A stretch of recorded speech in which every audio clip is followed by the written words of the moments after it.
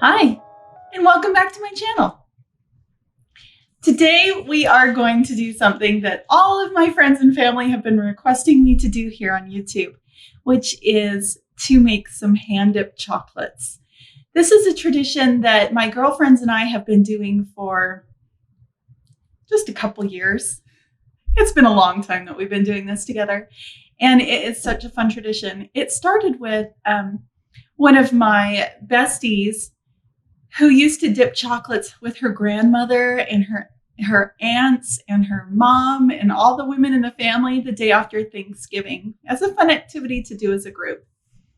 And she introduced us to that tradition, and we've been dipping chocolates together for a very long time. So along the way, we've had a lot of different recipes that we've tried. Some were successes and some were not. And these are some of the recipes that we've kind of just stuck with over the years. So I'm going to show you how to make some hand-dipped chocolates.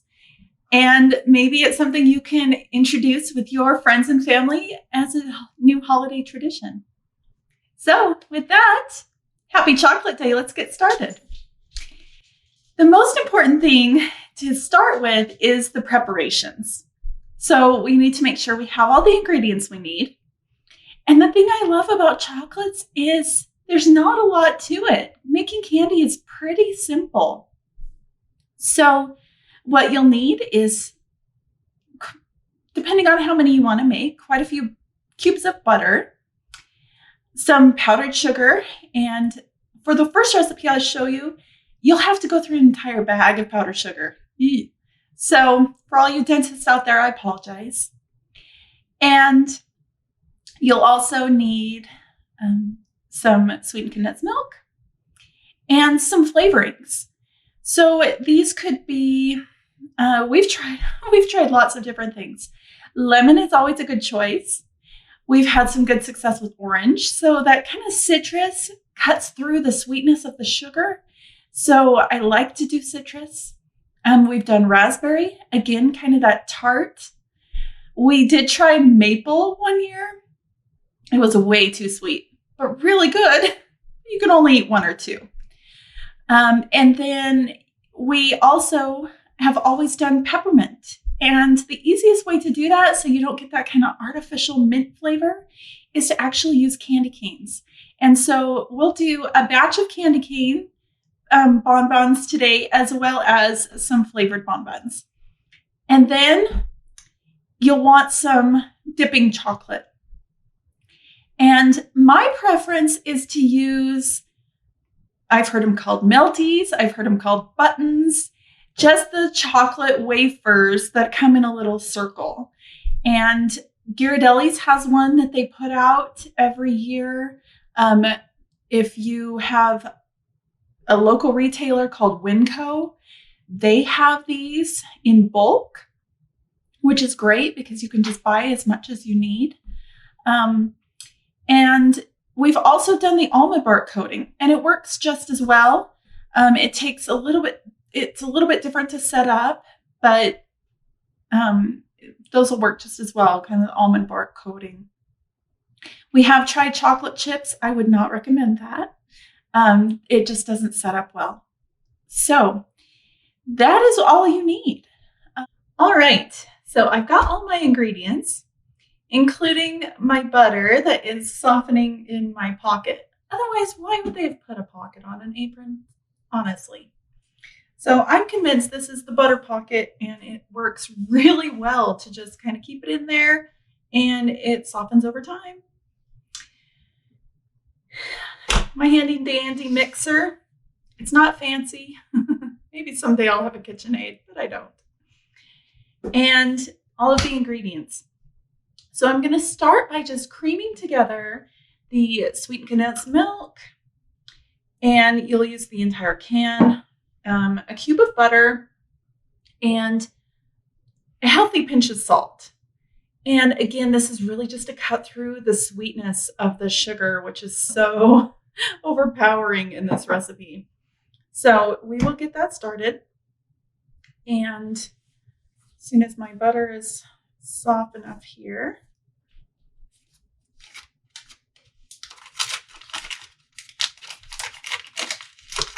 So a cube of butter, can of sweetened condensed milk,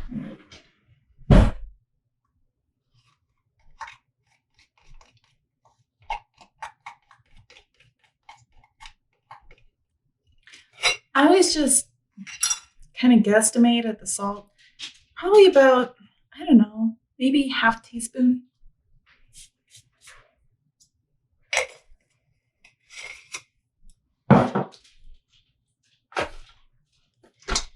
And then we'll get that cream together.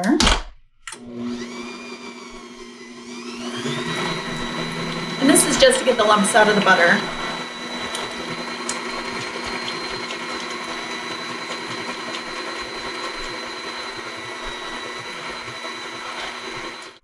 Okay.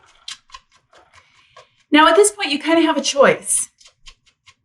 If you're going to do an entire batch, which probably makes about 200, then you can add your flavoring and a little bit of food coloring if you'd like to at this point in time. I'm going to do a split batch, so I'm going to actually do the entire base and then add the food coloring and the flavoring afterward, which is a little more difficult because you really got to work in the flavoring and the color. So it is easier to put it in at this point in time, but it's a lot of one flavor of chocolate if you go that route. So just be aware of that. So once you've got this mixed together, then you can go ahead and work in your powdered sugar. By the end, this is going to be a very, very stiff dough, and you want it to be so that you can roll it without it melting and making a mess, and so that you can dip it in the hot chocolate without it becoming liquid. But it takes a lot of muscle to do this. So I don't see myself doing this when I'm 100 years old because it's a lot of work. Now, I hope I won't spray you with sugar in this process. We'll see if I can keep the mess somewhat under control.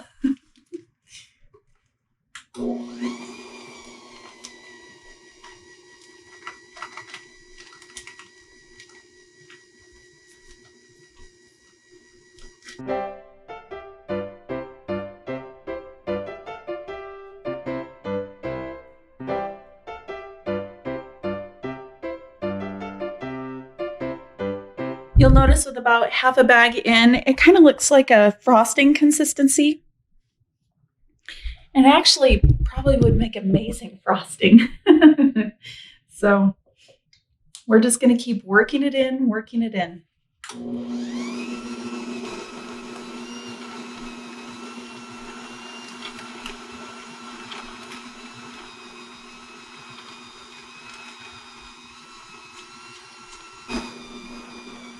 One thing I like about this, you don't have to worry about over mixing it like you do with like cookie dough.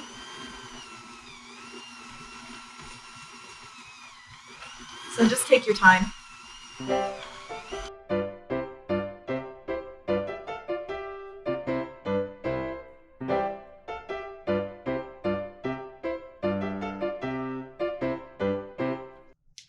It's pretty thick at this point in time. I'm going to switch out to my dough hooks because then I don't have to do as much by hand. Okay, so I've worked it with my dough hooks to try to get most of the sugar incorporated. I've gone through the entire bag. Now I'm going to have to switch to doing it by hand just to get everything worked in. I just like a short handle wooden spoon for things like this. I'm kind of, maybe it's my giant muscles, but I tend to break wooden spoons, so I use the short handle ones.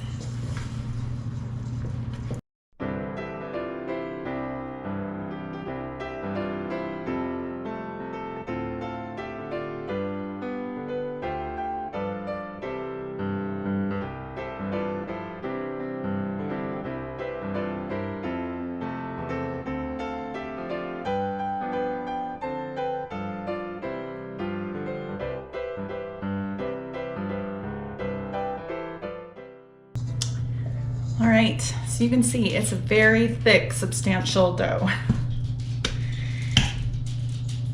And I knead it by hand like bread. I don't know if that's what you're supposed to do.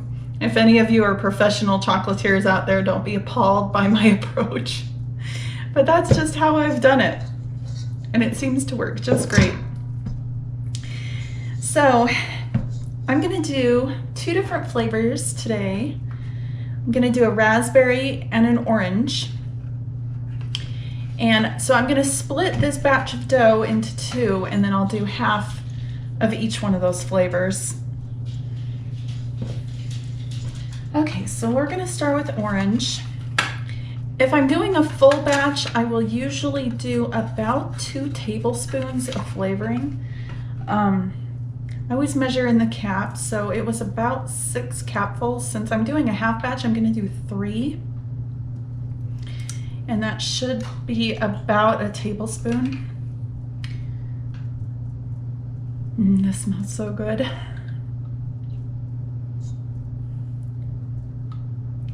The other reason why you want to have the dough so thick is because you're adding now liquid to it. So it's gonna soften up from here as well.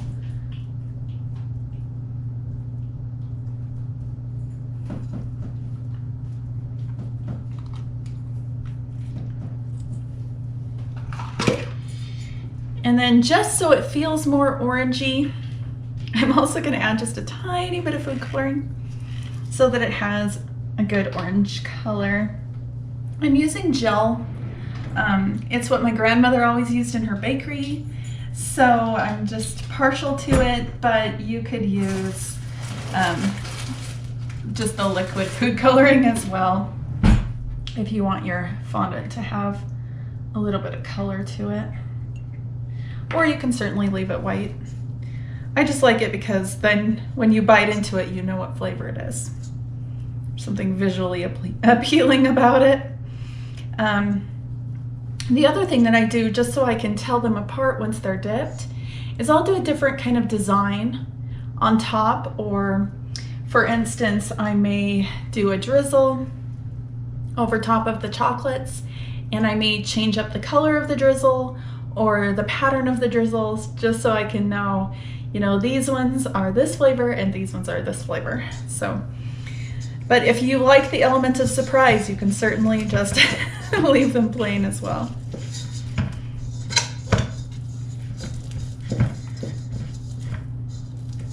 This orange smells so, so good.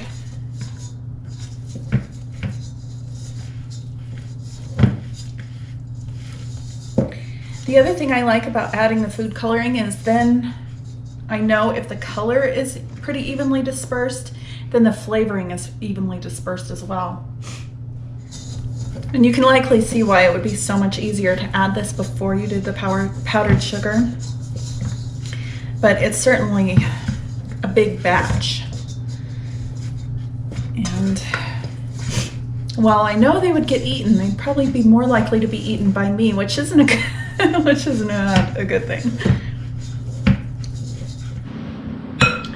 Okay, so I've worked through the raspberry as well, and I'm gonna let this set in the fridge for just a little bit. That makes it easier to roll. And while that's happening, then I'll get going on the candy cane ones. There are many things that bring me the Christmas spirit, but here's something that does not. Unwrapping candy canes.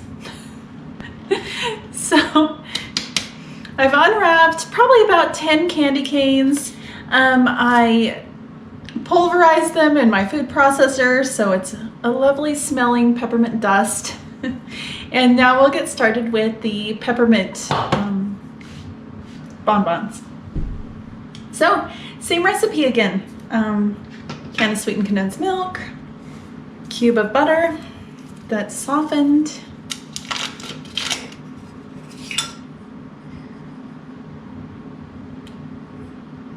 a teaspoon of salt, depending on how salty you like things. Cream this together.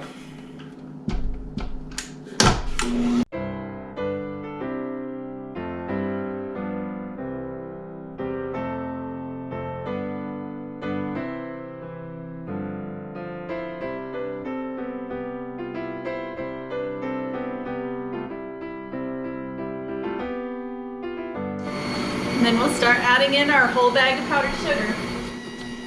The original recipe asked for the extracts, but if you're like me and you've ever watched a baking show, they always get in trouble for using artificial flavoring. So I really didn't like the first batch of peppermint ones we did with extract. So that's when I started experimenting with these candy canes. And this has definitely been a crowd pleaser for lots of years.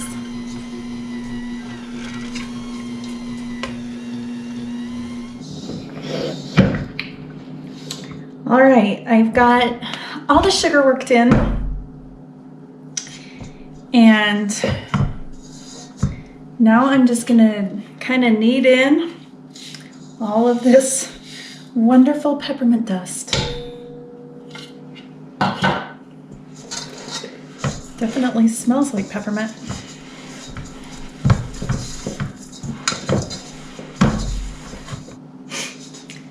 This one's definitely also the prettiest.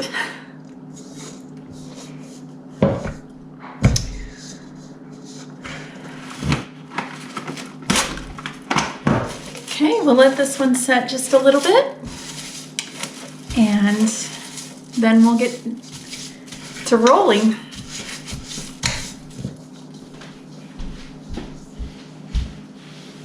I have a couple of just cookie sheets that I've lined with wax paper. Any kind of a flat tray will work.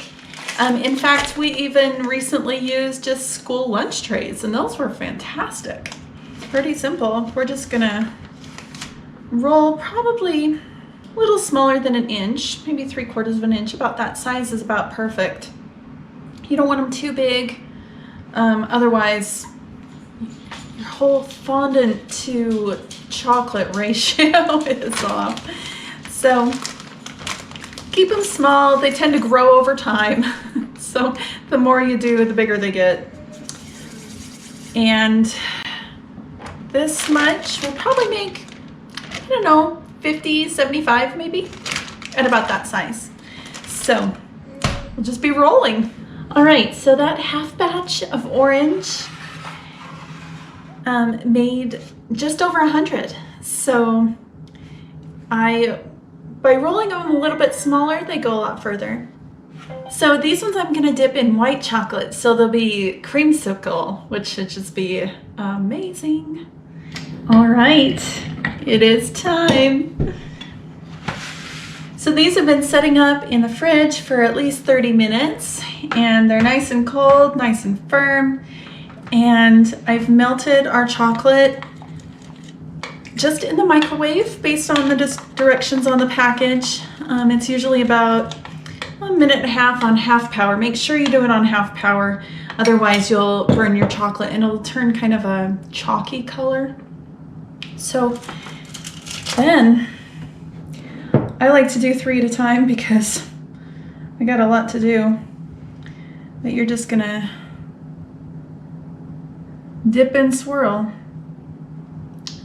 The white chocolate's a little bit harder to coat than the milk chocolate. And I just am old school. I like a spoon. They do have candy dipping tools that kind of look like a little circle shape. But I have more success with just a regular spoon.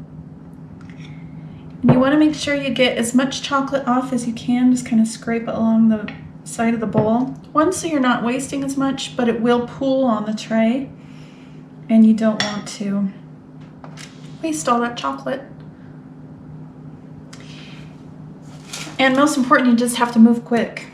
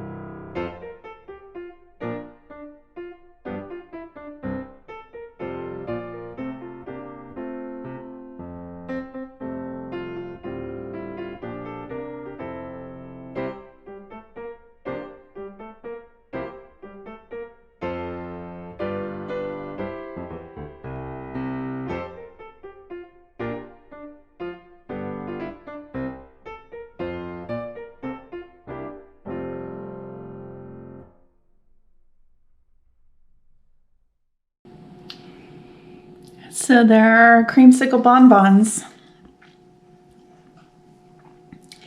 And one package of the Ghirardelli chocolate wafers did about 50. So I know I'm gonna have to make a quick trip to the grocery store to pick up some more, but fortunately, they're pretty easy to find at the grocery store this time of year. So anyway, I hope you've enjoyed learning how to make these chocolates, and thank you for watching and thank you for subscribing to my channel. I love to hear from you guys. So if you have any comments or if you want to test out this recipe and comment down below as to how it went for you, I would love to hear back from you. And with that, have an amazing day.